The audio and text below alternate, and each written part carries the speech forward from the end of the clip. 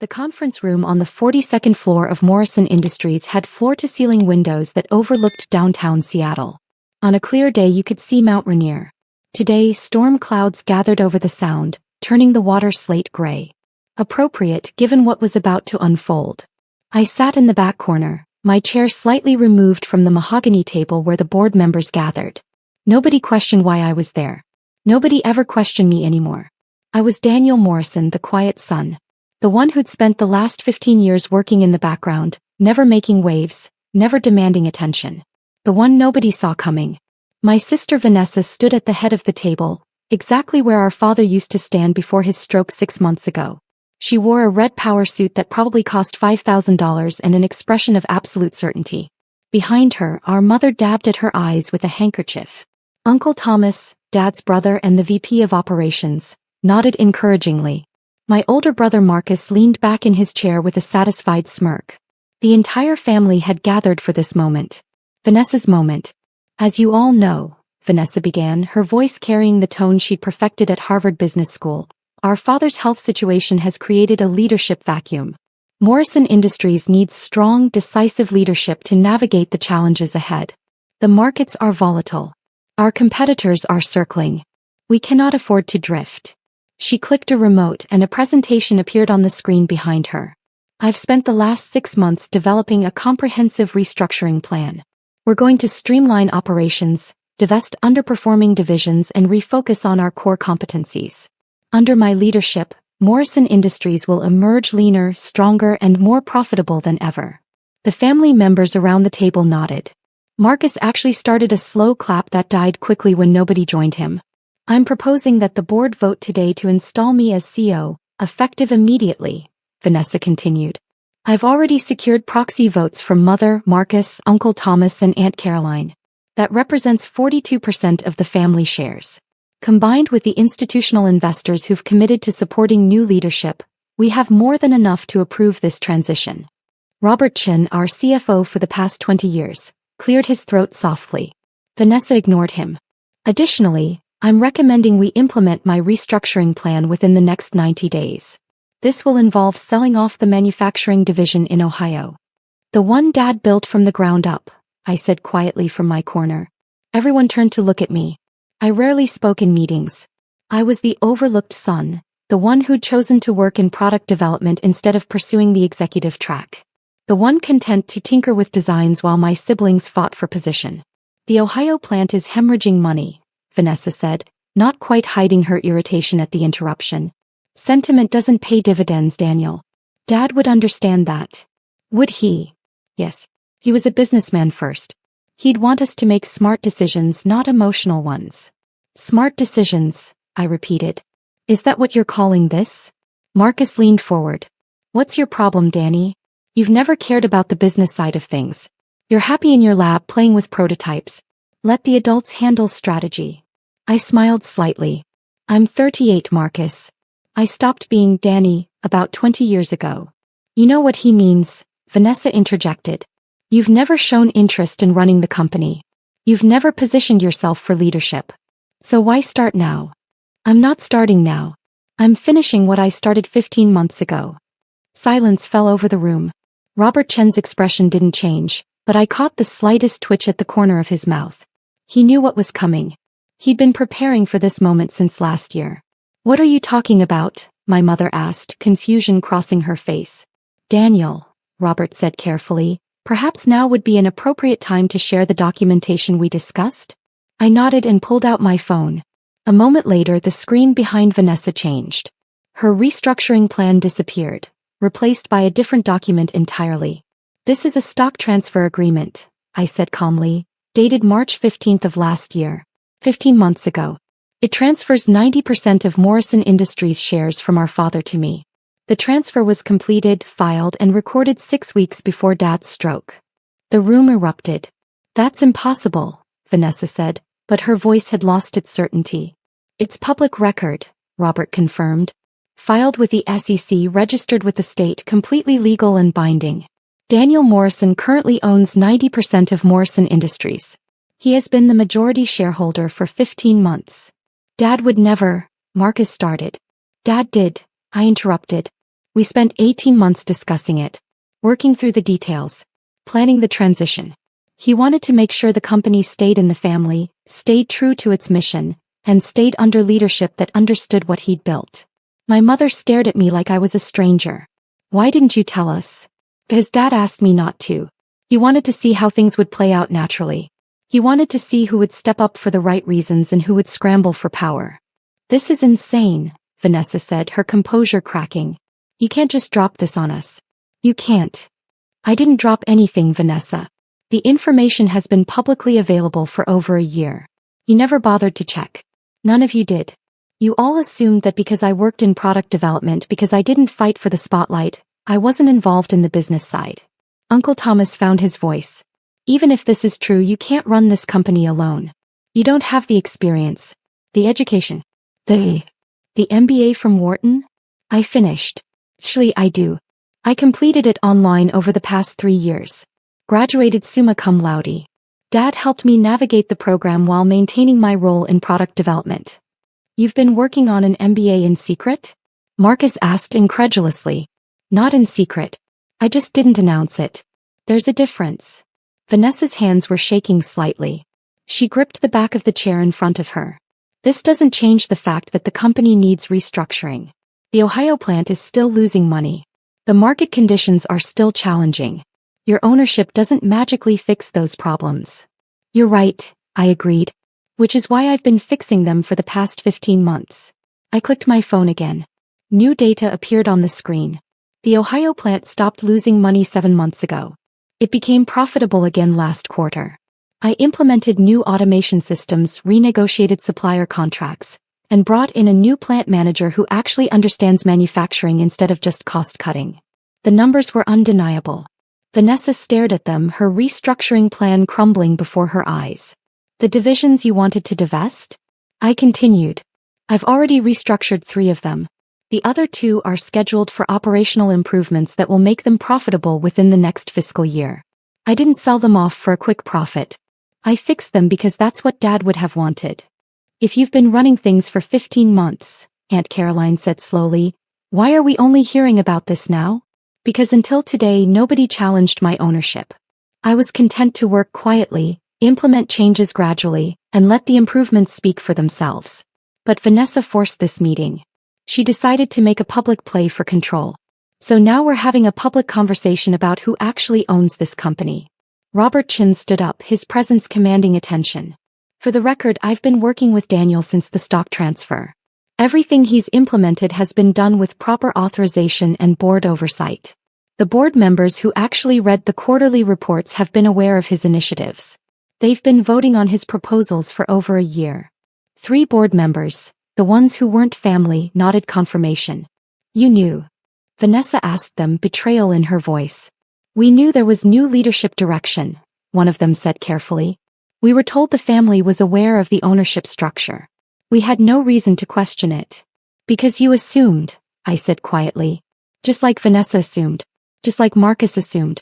You all assumed that because I didn't broadcast my role, I didn't have one. My mother was crying now, genuine tears replacing the theatrical ones from earlier. Why did your father do this? Why didn't he give the company to all of you equally? He tried that, I said. He proposed an equal split when I was 28. Vanessa was furious that she'd have to share control with Marcus and me. Marcus was already planning to sell his shares to fund his lifestyle. Dad realized that splitting it equally would just create chaos. So he made a different choice. He chose you, Marcus said bitterly. He chose someone who cared about the company more than personal ambition. Someone who understood what he'd built. Someone willing to work for 15 years without demanding recognition because the work itself mattered. This is unbelievable, Vanessa said, but her voice had lost its fight. You let me stand up here and make a fool of myself. You sat in the corner and watched me lay out my entire plan, knowing you could shut it down with a single sentence. I wanted to hear it, I said honestly. I wanted to know what you'd do if you had control. And now I know. Which is what? That you'd dismantle everything Dad built in the name of quarterly profits. You'd sell the Ohio plant where he started this company. You'd divest the divisions that serve smaller markets because they're not core competencies. You'd turn Morrison Industries into just another soulless corporation optimizing for shareholder value. That's not fair, she protested. Isn't it? Your entire restructuring plan is about cutting costs and boosting stock prices. There's not a single initiative in there about innovation, employee development, or long-term growth. You're thinking like a consultant, not an owner. And you're thinking like a sentimentalist, she shot back. Business isn't about preserving the past. It's about adapting to the future. I agree completely. Which is why I've invested $40 million in R&D over the past year. Why I've expanded our patent portfolio by 30%. Why I've acquired 2 smaller companies that complement our technology base. I'm not preserving the past, Vanessa. I'm building the future. I'm just not doing it by destroying what Dad created. Robert Chin pulled up another presentation, this one showing the company's actual performance over the past 15 months. Revenue was up. Profit margins were improving. Employee retention had increased. Customer satisfaction scores were at an all-time high. This is impossible, Marcus muttered. You couldn't have done all this without us knowing. I did it while you were all busy not paying attention. You were focused on your own careers, your own ambitions. Vanessa was climbing the corporate ladder at her consulting firm. Marcus was managing his investment portfolio. Uncle Thomas was preparing for retirement. Nobody was actually looking at what was happening inside Morrison Industries. Except the board members who weren't family, one of the independent directors added. Daniel has been presenting detailed quarterly updates. His strategic vision has been approved by this board multiple times. The only people who weren't aware were those who didn't bother to read the materials. Vanessa sank into the chair at the head of the table. Her moment of triumph had collapsed into humiliation. I don't understand. Why did Dad keep this secret from us? Why let us think we still had a say? You did have a say, I corrected. You have 10% of the shares between all of you. That's still significant ownership. You could have been involved. You could have attended board meetings, read reports, participated in strategic discussions. But you didn't. You assumed the company would just be handed to whoever made the most noise when Dad was gone.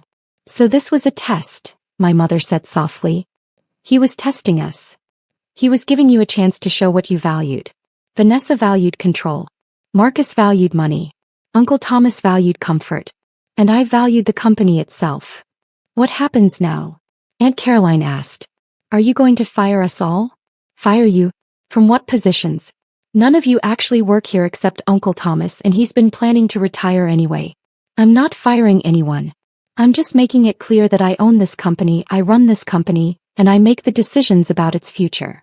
But you'll need our votes for major decisions, Marcus said, grasping for leverage. 10% can block certain actions. True, I acknowledged. Which is why I've been building consensus with you all along. Every major decision I've made has been structured to avoid requiring supermajority votes. But if you want to start fighting me on every initiative, I can restructure the company in ways that minimize your influence even further. It's your choice. The threat hung in the air, unspoken but clear. What about the board position you promised me? Vanessa asked quietly. The COO role? I never promised you anything. You promised yourself that role based on assumptions about the future. Dad said I had executive potential. You do. Just not here. Not in a company you wanted to gut for short-term gains. She stood abruptly, gathering her materials. I can't believe this. I've spent 6 months preparing for this moment. 6 months developing strategy, building coalitions, planning the future. And you're just dismissing it all. I'm not dismissing your abilities, Vanessa. You're brilliant. You're driven. You're exactly the kind of leader some companies need. Just not this one. This company needs someone who understands that we're not just manufacturing products. We're employing 3,000 people across 4 states. We're supporting communities. We're building things that matter. And I don't understand that. Your restructuring plan would have eliminated 800 jobs. You called it operational efficiency. I call it devastating families to boost margins by 2%. Sometimes hard decisions are necessary. And sometimes they're just cruel decisions disguised as business strategy. Dad knew the difference. That's why he chose me. Marcus stood as well. This is bullshit, Daniel. You manipulated Dad when he was vulnerable. You convinced him to cut us out. Dad was perfectly sharp when he made this decision. It was a year before his stroke. He had his lawyers review everything 3 times. He consulted with estate planners, tax advisors, and business strategists. This wasn't a whim. It was a carefully considered choice. A choice to betray his family. A choice to protect his company. And if you can't see the difference, that's exactly why you weren't chosen. My brother's face went red. You're not better than us. You're just sneakier. More manipulative. I'm more patient, I corrected. There's a difference. I spent 15 years learning every aspect of this business. Not just product development but operations, finance, strategy, human resources. I worked 60-hour weeks while you were vacationing in Europe. I earned this, Marcus. Dad didn't give it to me. I proved I deserved it. By hiding what you were doing. By doing the work without needing applause. By caring about results more than recognition. By being exactly what Dad needed when he needed it. Uncle Thomas stood slowly, his weathered face thoughtful. Your father talked to me about this, you know. About a year before the transfer. He asked me what I thought about the succession plan. Everyone turned to look at him. I told him he should split it equally. Keep the peace. Avoid conflict. And you know what he said to me? He said, Thomas, I didn't build this company to keep the peace. I built it to last. And only one of my children understands what that means. He meant Daniel, my mother whispered. He meant the one willing to sacrifice personal glory for company success. The one who'd work in obscurity if it meant the business thrived. He knew Vanessa would want to reshape the company in her image. He knew Marcus would sell his shares the moment things got difficult. And he knew Daniel would protect what he'd built, even if nobody appreciated it. Did you know? Vanessa asked Uncle Thomas. About the transfer? Not officially, but I suspected. The way your father talked about Daniel. The questions he asked about operational details only Daniel would know. I suspected, and I didn't say anything because I trusted your father's judgment. Everyone trusted his judgment except when it came to choosing me, I said quietly. The room fell silent again. Robert Chin checked his watch. We still have a board meeting to conduct. The agenda included voting on Vanessa's proposal for CEO appointment and restructuring plan. I assume we're tabling those items. Permanently, I confirmed. But I do have several proposals to present. Proposals I've been developing for the past 6 months. I stood and walked to the head of the table where Vanessa still lingered. She looked at me and for a moment, I saw past the ambition and anger to the sister I'd grown up with. The one who taught me chess when I was 7. The one who defended me from bullies in middle school. You could have told me, she said softly. Before today. You could have warned me. Would you have listened? Or would you have tried to fight it? She didn't answer because we both knew the truth. There's a place for you here, Vanessa. Not as CEO. Not running restructuring initiatives that dismantle Dad's legacy. But as a strategic advisor. As someone who challenges my thinking and pushes for efficiency. I need people who think differently than I do. As long as they don't have actual power. As long as they understand that I'm protecting something bigger than quarterly earnings. She gathered her materials and walked to the door. I need time to think about all this. About whether I can work for my younger brother. About whether I can accept that Dad chose you over me. Take the time you need. But Vanessa, Dad didn't choose me over you. He chose the company over everyone. Including me. I just happened to be the one willing to put the company first. She left without responding. Marcus followed her, throwing me a look of pure resentment. My mother hesitated, then approached me carefully. I should be angry with you, she said. For keeping this secret. For letting us all look foolish. I know. But I'm not. Yes, sad. Sad that your father felt he couldn't trust us all equally. Sad that we drove him to this choice. He didn't feel he couldn't trust you, Mom. He felt the company needed focused leadership. And he was right. Look at what happened today. Vanessa would have torn it apart. Marcus would have sold his shares. The company would have been fractured. And now it's intact. But our family isn't. The family was fractured long before today. We just pretended otherwise. She kissed my forehead the way she had when I was a child. Your father would be proud of you. Not just for owning the company but for how you've protected it. He always said you were the quiet one who understood things the rest of us missed. I learned from watching him. From watching how he built something lasting instead of something flashy. She left with Aunt Caroline, leaving me alone in the conference room with Robert Chin and the 3 independent board members. That was intense, one of them said. Necessary, I corrected. Vanessa forced this confrontation. Better to have it now than to let her continue building toward a future that was never going to happen. What's next? Robert asked. Next we get back to work. I have 3 proposals to present. First, I'm creating a profit-sharing program for all employees. Second, I'm investing $20 million in expanding the Ohio plant. And third, I'm establishing a foundation in Dad's name to support manufacturing education and apprenticeships. Your sister would say those are sentimental moves that don't maximize shareholder value, one of the board members observed. My sister isn't a shareholder anymore, I said calmly. I made her and Marcus an offer last month through intermediaries. Bought out most of their remaining shares at a 30% premium. They each retained 2% for family reasons, but they're minority holders now. They just didn't realize the timing of when I'd make it public. Robert Chin actually laughed. You bought them out before this meeting? I wanted them to have an exit if they wanted one. And I wanted to ensure they couldn't block initiatives that matter to me. Everyone got what they needed. They got liquidity at a premium price. I got control. The company got stability. Your father taught you well. He taught me that family businesses fail when family interests override business interests. So I protected the business by buying out the family members who cared more about money than mission. What about the ones who didn't sell? Uncle Thomas kept his shares because he believes in what we're building. Mom kept hers because she loves Dad's legacy. Aunt Caroline sold half and kept half because she's practical. Everyone made their choice freely. I looked out the window at the storm clouds gathering over Seattle. Somewhere in this city, my father was in a rehabilitation facility recovering from his stroke. He couldn't speak yet, couldn't walk, couldn't communicate much beyond squeezing hands and moving his eyes. But when I'd visited him yesterday and told him that Vanessa was making her move, that the moment we'd planned for was coming, he'd squeezed my hand 3 times. Our signal. The one that meant, I trust you. Let's continue the meeting, I said, turning back to the board. We have a company to run. Epilogue. 6 months after that board meeting, Morrison Industries announced its most profitable quarter in company history. The Ohio plant was running at 112% capacity. The divisions Vanessa wanted to sell had all become profitable. Our employee satisfaction scores were the highest in the industry.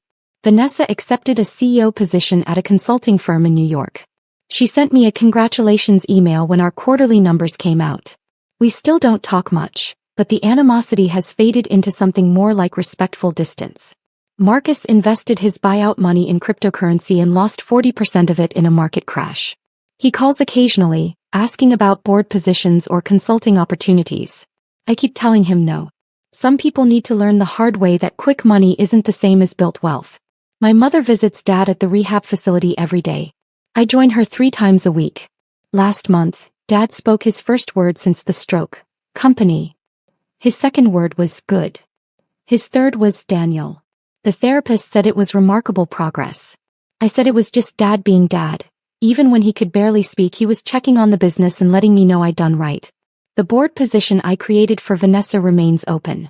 I'm not holding my breath for her to take it, but the offer stands. Because despite everything, she's my sister. And despite everything, she's brilliant at what she does. She just needed to learn what I learned 15 years ago.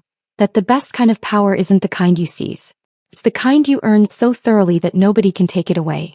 Morrison Industries is mine now. Not because I schemed for it. Not because I manipulated anyone. But because I spent 15 years becoming the person Dad needed me to be. The person the company needed. The quiet one who understood. And that understanding turned out to be worth 90% of everything.